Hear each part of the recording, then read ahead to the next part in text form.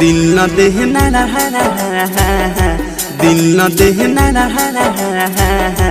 दिल न देना मोहब्बत में टूट जाता है।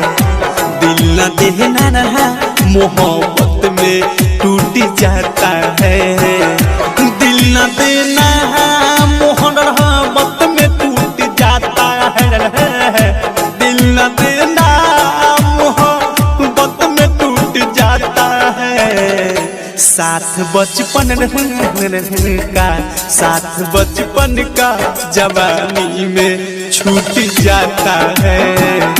दिल न देना मोहब्बत में टूट जाता है।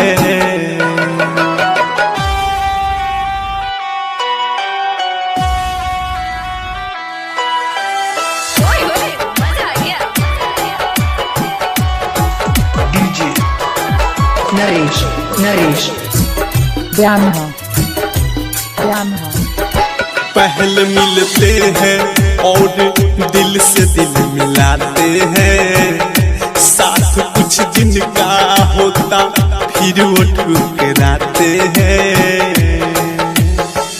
पहले अपना बनाते हैं फिर छोड़ देते हैं। कितना भी गैर हो रिश्ता जोड़ लेते हैं। प्यार तो एक दिखावा होता है सबके नजर में। प्यार में लोग बेरहमी से दिल तोड़ देते हैं। पहले मिलते हैं और दिल से दिल मिलाते हैं। साथ कुछ दिन का होता फिर वो ठुकराते हैं। प्रेम नफरत का प्रेम नफरत का आग बन के फूट जाता है।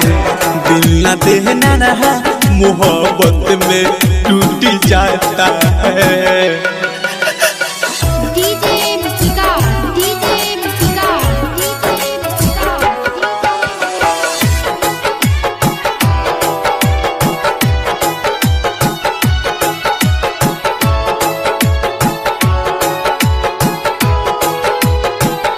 फिर किसी गैर से रिश्ते को जोड़ लेते हैं। साथ सपने को एक पल में मोड़ लेते हैं।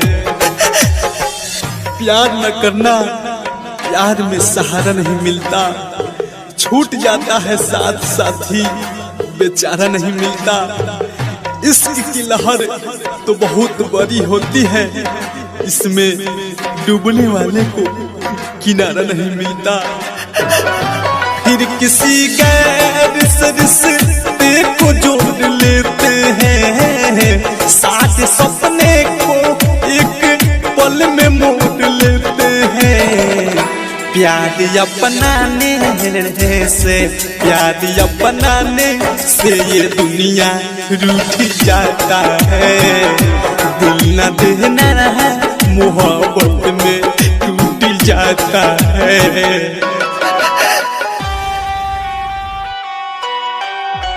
डीजे नरेश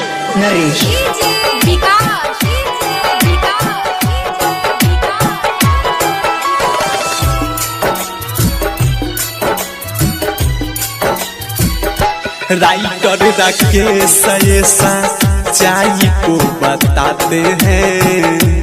प्रेमी अवधेश सुन लो दिल का हाल सुनाते हैं। प्यार प्यार कह के प्यार से बुलाते हैं। कुछ देर हंसा के फिर रुलाते हैं। ये तो फॉर्मूला ही है प्यार का। लोग जहर पिलाकर प्रेमी को सुलाते हैं। राइटर राकेश सभी की बात ये बताते हैं। प्रेमी अवधेश सुन लो दिल का हाल सुनाते हैं। फिर भी तो प्यार हर में फिर भी तो प्यार हर में अक्सर लोग लूट जाता है। दिल न देना मोहब्बत